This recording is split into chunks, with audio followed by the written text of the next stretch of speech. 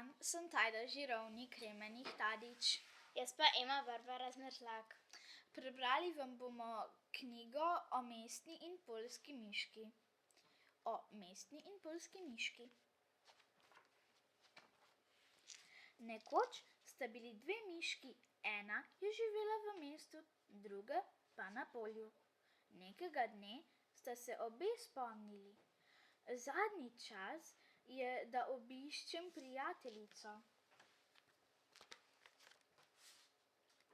Srečali sta se ob potoku. Mestna miška je glasno pozdravila: Dober dan, botrica.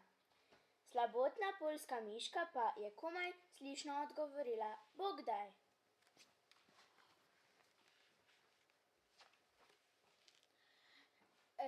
Rejena mestna miška je vprašala: Kod hodite?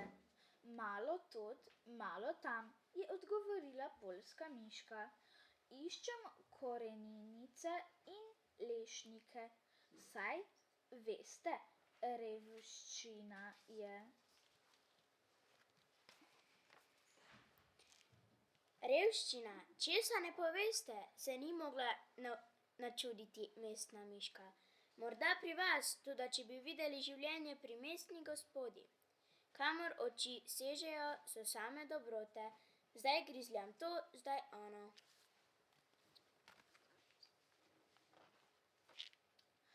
Kaj res? Se je začudila poljska miška. Sami se prepričajte, če ne verjamete. Kaj boste med tem gromovjem? Pridite, greva v mesto. Prav, sita sem revščine, je sklenila poljska miška. In sta šli. Ob potoku sta pri mlinu zavili levo. Preko polja sta se približevali morju hiš. Kmalu sta švignili med senčne mestne zidove, nato sta stekli čez ulico in smuknili v razkošno vilo. Nista še prav vstopili, ko se je od nekod vzela velika mačka in se zapodila za njima.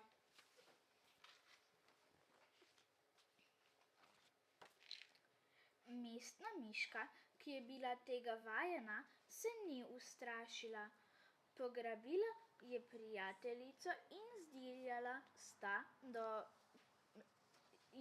zdirjali sta, do je poljska miška komaj lovila sapo.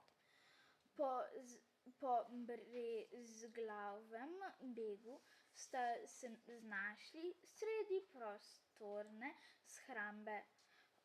Dobrot je bilo na pretek, toda poljska miška od strahu ni opazila ničesar.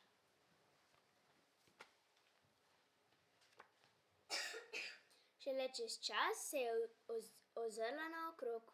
Zagledala je kup krompirja, vreče žita, skladovnice salam in druge dobrote.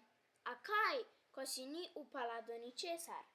V bližini je opazila skorjico sira. Jojme, botrica, samo v mišnico ne, to je past. Ujeli bi se vanjo, je zaklicala mestna miška.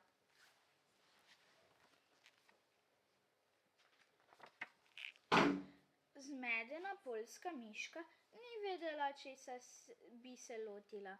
Mačka utegne spet priti, je pomislila. Skočila bom na najvišjo polico, tam me ne ujame. Na vse kriplje si je prizadevala, da bi dosegla vrhnjo polico.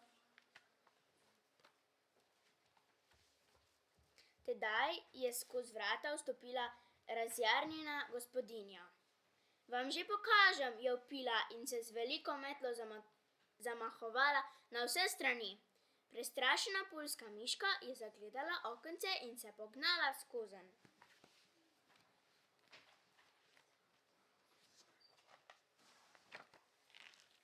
Tik za njo je iz shrambe pobegnila tudi mestna miška. Toda zunaj so nanju že prežali potepuški mački. Tekli sta, kolikor so ju noge nesle. Komaj sta ušli.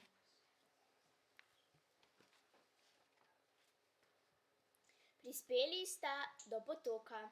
Ob njem sta postali, da bi si oddahnili. Se boste še vrnili k nam? Je mestna miška vprašala Poljsko.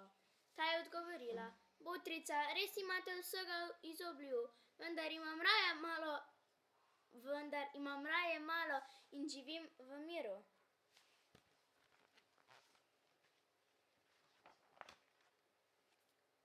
Od tam, kjer sem doma, slovenske ljudske.